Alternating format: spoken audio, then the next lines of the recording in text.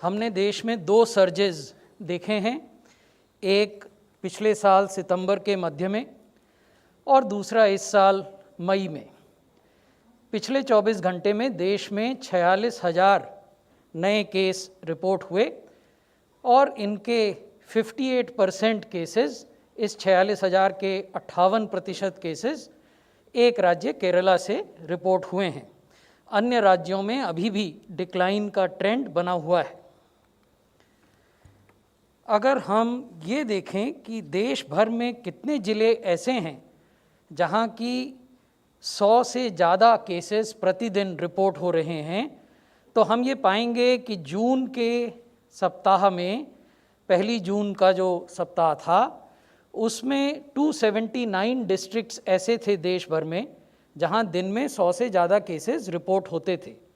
फिर ये घटकर जुलाई के पहले सप्ताह में 107 जिलों तक सीमित हो गया और आज जब हम आपसे बात कर रहे हैं तो देश में 41 डिस्ट्रिक्ट्स, 41 ज़िले ऐसे हैं जहां प्रतिदिन 100 से ज़्यादा केस आते हैं।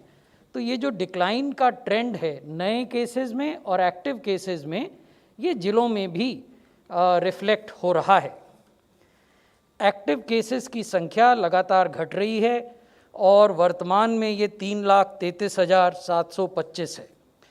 उसी प्रकार जो क्यूमुलेटिव रिकवरी रेट है वो लगातार बढ़ रहा है और वर्तमान में ये 97% से भी ज़्यादा है।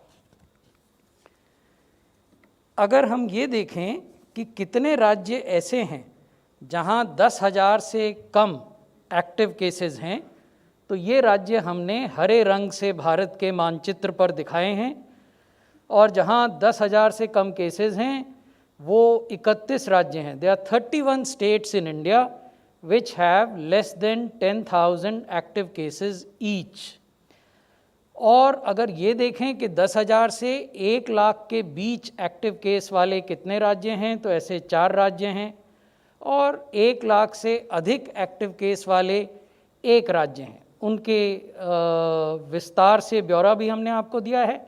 1 लाख से अधिक एक्टिव केस केरल में हैं और 10,000 से 1 लाख के बीच के जो एक्टिव केसेस हैं वो 4 राज्यों में हैं, महाराष्ट्र, कर्नाटक, तमिलनाडु और आंध्र प्रदेश।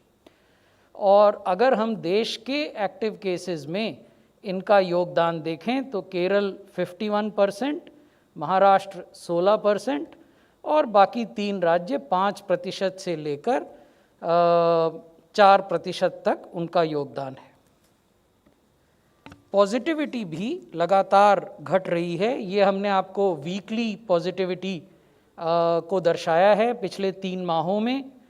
सो while we see a overall declining trend in positivity across India, what is important to underline is the fact that weekly positivity is now less than 3% for the 8th consecutive week। पिछले 8 सप्ताहों से लगातार जो साप्ताहिक positivity है ये 3% से कम है। ये इसलिए भी महत्वपूर्ण हो जाता है कि प्रत्येक सप्ताह में जो हम टेस्ट्स कर रहे हैं, औसत टेस्टों की जो संख्या है वो अभी भी 17 से 18 लाख बनी हुई है।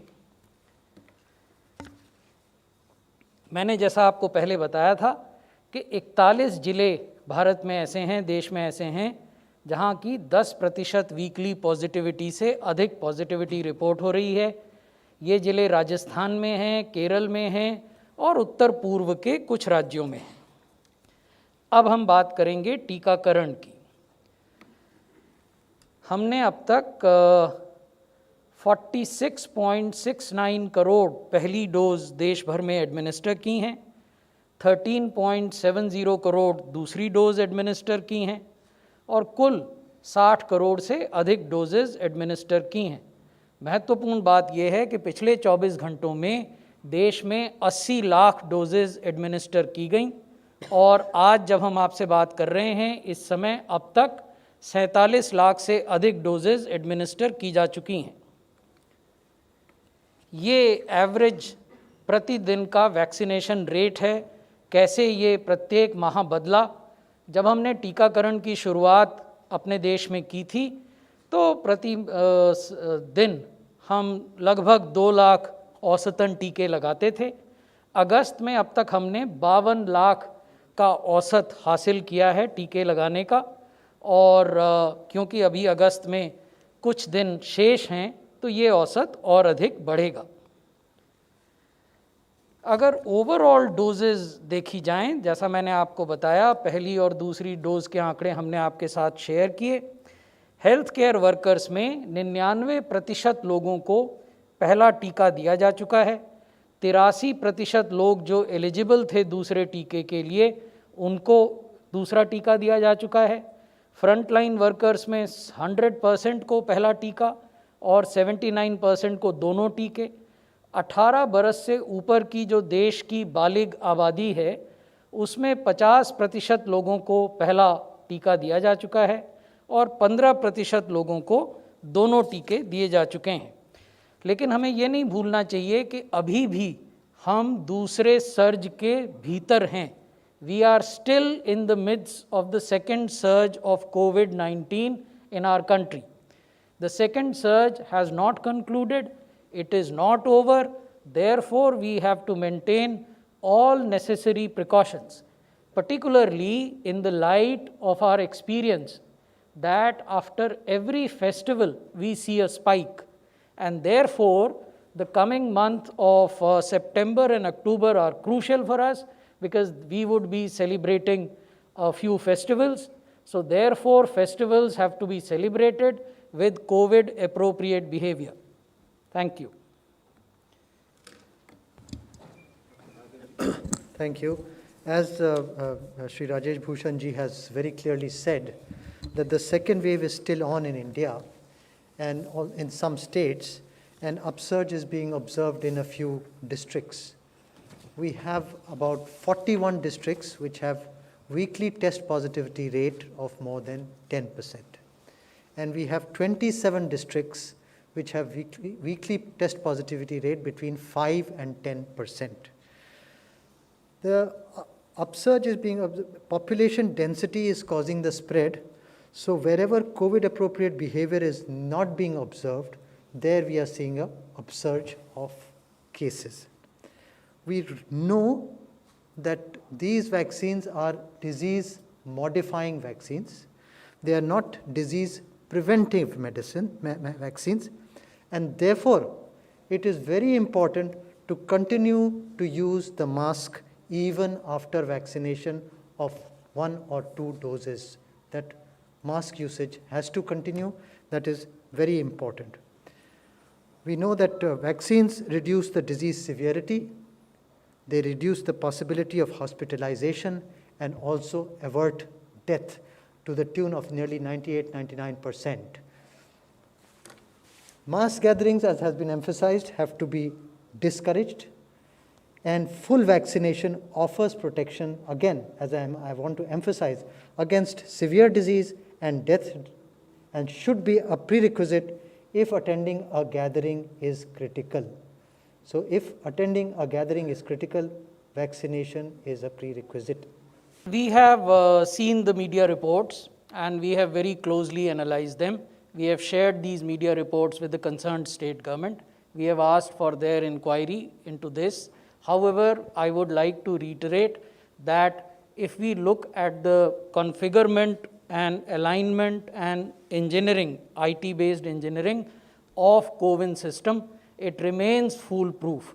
However, if there are instances where people have used other means to generate digital certificates, we will definitely take appropriate action. देखिए, महत्वपूर्ण बात ये है कि क्या राज्यों में वैक्सीन की कमी है। आप लोगों ने पाया होगा कि पिछले 2-3 सप्ताहों से इस प्रकार की कोई खबर किसी राज्य से नहीं आ रही है।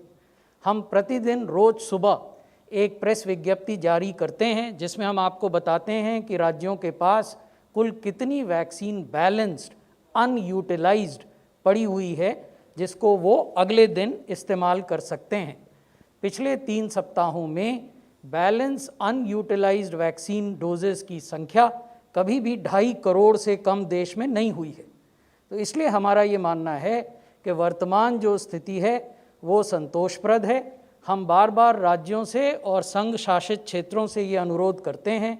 पिछली बार भी हमने कल एक बैठक सभी राज्यों के साथ की थी जिसमें ये अनुरोध किया था कि वैक्सीनेशन की दर को और बढ़ाएं। उसका परिणाम भी देखने को मिल रहा है। पिछले 24 घंटों में जैसा मैंने निवेदन किया 80 लाख डोजेस देश भर में लगाई गई। आज भी अभी 47 लाख से अधिक डोजेस हम एडमिनिस्टर कर चुके हैं। We will give you a broad generic picture today, and granular details we would share with you in our next press conference. After the second surge, there has been a concerted effort to ensure that at the hospital level and within the states at regional levels, oxygen buffers are created. So how do we create oxygen buffer? We create oxygen buffer by ensuring that public health facilities, and I am underlining this word, public health facilities must have their own captive oxygen generation plants. And a large intervention in this has been undertaken. More than 1,500 such plants have been sanctioned, and around 900 of them have already been commissioned, and they are being commissioned at a very fast pace. So that is one element of creating oxygen buffer. The second element of creating oxygen buffer is to enable public health facilities to have medical oxygen storage tanks. There also, under the COVID emergency response package, which the union government has announced at a cost of 23,123 crores, we are providing funds to the states and UTs to procure these medical oxygen tanks and install them in hospitals wherever they are required. The third element is to create equitably distributed oxygen storages within a state or within a municipal corporation area. And each one of these storages has to be put under the charge of a senior officer, and his or her contact details are to be put in the public domain. So if there is a SOS situation in a hospital, rather than creating unnecessary panic, they would know that these are the people who should be contacted, and then the people who are manning these equitably distributed oxygen storages, they would be in a position to supply oxygen wherever it is needed. देखिए, कई बार ऐसा होता है कि जब तथ्यों की उपलब्धता सब लोगों को नहीं होती तो तरह तरह के नैरेटिव चलते हैं। इसलिए आवश्यक ये होता है कि आप PIB की तरफ से जो तथ्य जारी किए जा रहे हैं उनको देखें, या मंत्रालय या ICMR की ओर से जो तथ्य लाए जाते हैं आपके समक्ष उनको देखें। तो मैं आपको ये बताना चाहूँगा कि अफ़गानिस्तान से अब तक, क्योंकि ये तो डायनामिक सिचुएशन है, प्रतिदिन इवैक्यूईज़ को लेकर फ़्लाइट्स आती हैं, अब तक 400 से अधिक लोगों को लेकर फ़्लाइट्स पहुंची हैं। हमने प्रत्येक हवाई अड्डे पर, चाहे वो सिविल हवाई अड्डे हों या सैन्य हवाई अड्डे हों, क्योंकि कुछ फ़्लाइट्स वहाँ भी आई हैं जैसे हिंडन एयरबेस या जामनगर, तो हमने वहाँ ये व्यवस्था की है कि जो भी लोग आते हैं पहले तो उनको वाइल्ड पोलियो वैक्सीन दी जाए, क्योंकि पाकिस्तान और अफ़गानिस्तान में वाइल्ड पोलियो है, तो एंटी पोलियो वैक्सीन कहना चाहिए मुझे, वाइल्ड पोलियो वैक्सीन नाम की कोई चीज़ नहीं होती है, तो वो दी जाए, वो हम व्यवस्था हमने की है। साथ ही हमने ये भी व्यवस्था की है कि इन सब के RT-PCR टेस्ट हों। ऐसा नहीं है कि इनमें लोग पॉजिटिव नहीं आए हैं, लोग पॉजिटिव आए हैं। जो पॉजिटिव आए हैं उनको आइसोलेट किया गया है, कुछ लोगों को जिनको अस्पताल की आवश्यकता थी उनको वहाँ भेजा गया है। अनेक लोगों को हमने छावला में जो ITBP का कैंप है वहाँ क्वारंटाइन भी किया है, और वो 14 दिन तक वहाँ रहेंगे, और वहाँ उनके सिम्टम्स को देखने के बाद फिर ये निर्णय लेंगे कि उनको कहाँ वहाँ से भेजा जाना है। तो सब प्रकार की व्यवस्थाएं की गई। When does a vaccine dose become due? That should be the first question. If I have taken Covaxin, it becomes due after 4 weeks. If I have taken Covishield, it becomes due after 12 weeks. However, we have also given a range. In case of Covaxin, it is 4 to 8 weeks. And similarly, in case of Covishield, there is a range.